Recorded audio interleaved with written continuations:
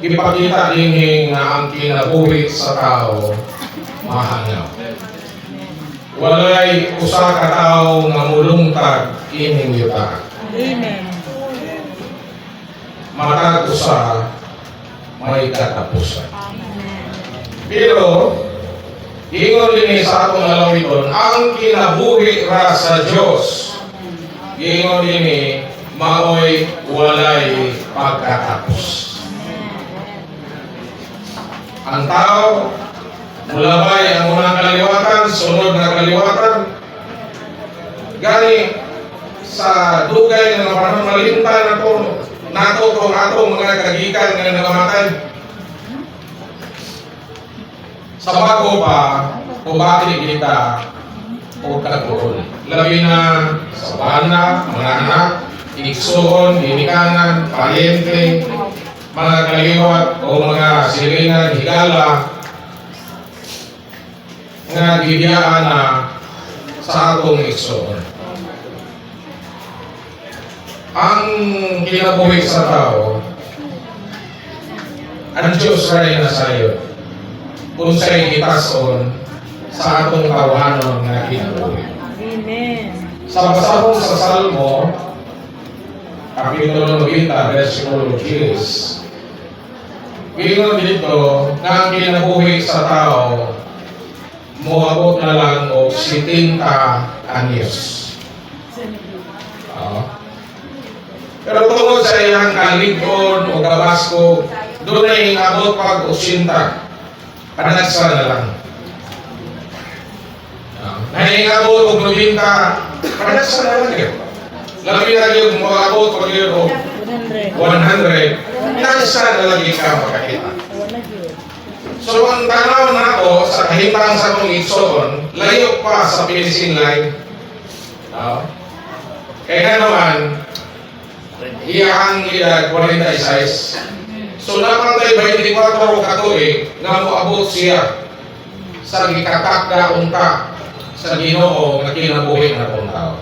Pero ingon lang nato, wala sa atong mga kamot ang atong kinabuhi. Muna nang ingon dito nga mulabay mahanaw ra ang kinabuhi sa tao. Amen. Wala kang mahibalo. Busa ipakita ba nga bisan sa pasahon sa unang Pedro Kapitulo 1, ang kinabuhi na itong tao ipakasama ra sa sagbot nga balili. Dahil ang katahong sa tao sama sa bulak sa balili. Ang balili hingon dito malaya o ang bulak mapulak. Muna ang kinabuhi sa tao, humatay hinimukso, di ba? Sama ka ng bulak. Kadulong nagtog yun, nga nagsangkan, nagtuo, nag-iswela, hantod, nakaabutan, nakahumanta, nakakuha na ta, nakagraduate sa kalis, nakakuha na ta kurso. Patahong kayo, na tayo may trabaho, may kapaon, pero makasusubo, tungod kay kung padulong na ko kapag-out. Dahil gingon po sa pasahon sa Santiago Kapitulo 4, versikulo 14, ang kinabuhi sa tao sama inalis nga sa daklit ipadaya, sa daklit lang po mahal. Kaya bitang magluto ka, pag-ukab niyo, nakaiinalis nga. Makita niyo. Pero taon-taon lang, mahal. Ingon na ang kinabuhi sa tao. Sa daklit, kinipadaya, makita na to, no? May istorya pa sa iyang mga anak, sakop sa iyang pamilya, mga igsoon, ginikanan, bana. Kaya kung ibong taga, makabalita na lang ta, nga may pahulay. Nga naman, tungkol kay ipamulong na sa atong Ginoo, nga samara inalis. Amen. Nagpasabot nga ang tawhanon na itong kinabuhi, ining yutaa, mupo ra. Dahil bisan usan paningkamot na itong ining yutaa. Ang uban gali makipatay karon. Aron makabaton sila sa butang nga buot nilang gustong mabaton. Pero pagkamatay na to, wala kita madala sa tanan atong ihabukan. Sa basahon sa Ecclesiastes, Kapitulo 12, versikulo 1, mayroon dito ang pulong sa Ginoo. Ingon siya, hinumdumi ang imong magbubuhat sa adlaw sa imong pagkabata. Wala mo ingon nga hinumdumi ang imong magbubuhat sa adlaw sa imong pagkatigulang. Sabi mga tao, sa niyawan mo sa pulong sa Ginoo,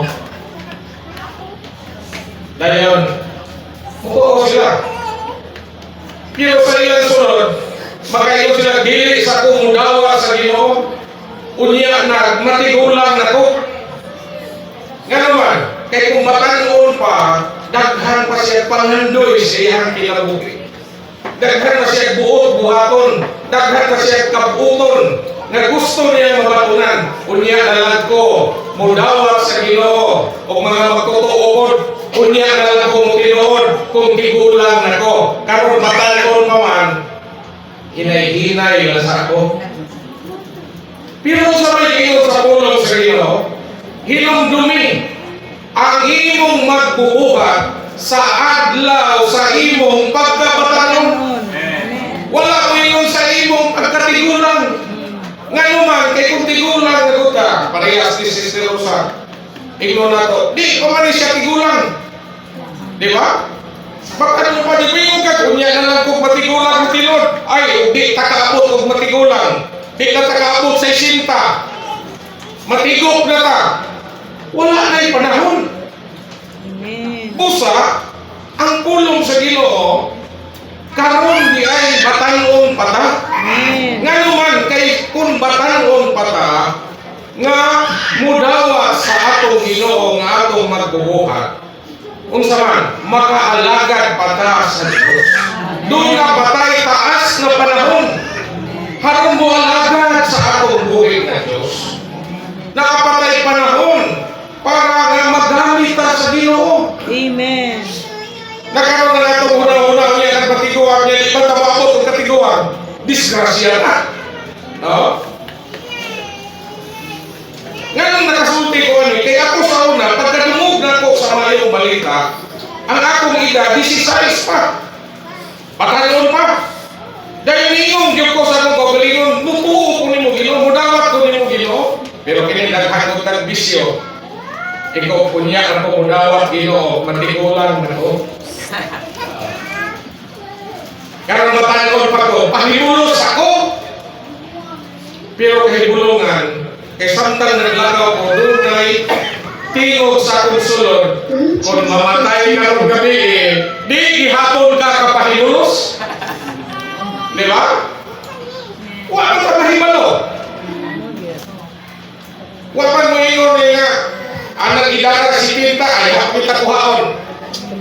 Kaon talay ko sa Ginoo, pero di man kapot. Nakaroon ko ng Ginoo, natong mga dili magtuo. Wala po nato manawa si Kristo nga atong manluluwas o kinabuhi kayo. Pili ka. Kita po mga magtuto nakadawat na, no? Wapon maninood, pili mo ka. Di ba? Busa, ingon siya, hinumdumi ang imong magbubuhat sa adlaw sa imong pagkabatanon. Dahil kung sa'y sunod ingon, sa dili pa muabot ang adlaw sa man. Dili pa muabot ang dautang mga adlaw. Ay, di ay dautang mga adlaw nga mabot na to. Nga, magaingon ka, wala na ko'y kalipay nila. Ano ang may kalipay? Kaya may katiguang na naghan ng sakit.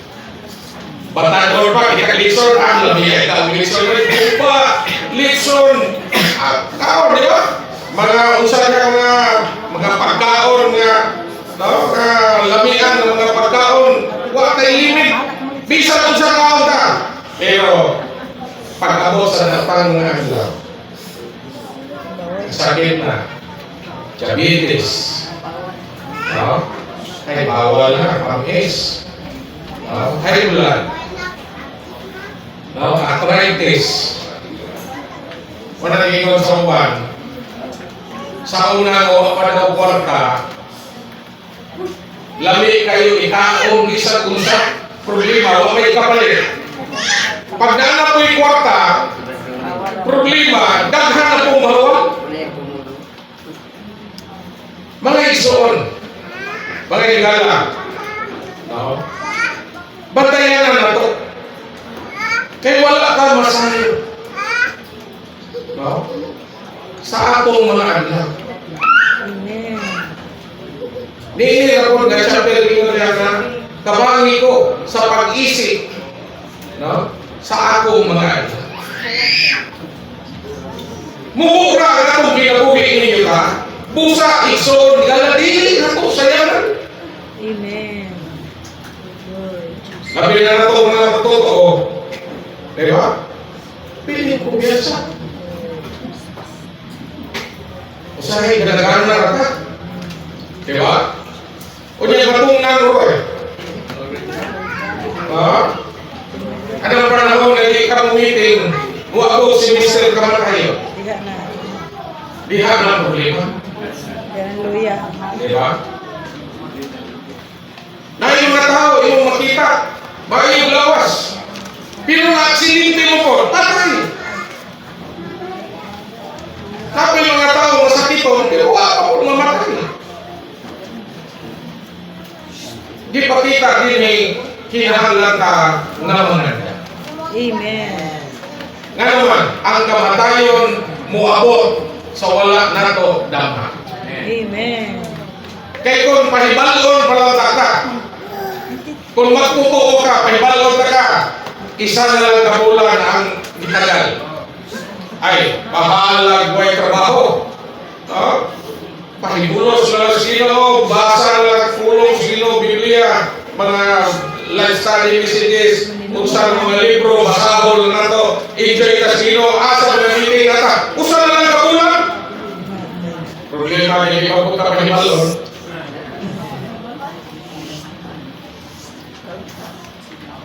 Kaya kung pahibalon ang paramahal, karang ka.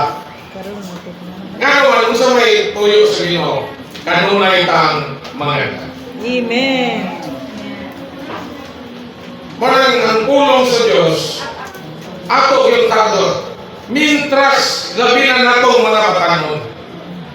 Kon ang mga batanon, hinumduman nila ang ilang magbubuhat, unsa pagkakitang mga tigulang na labi na natong mga senior na. Diba?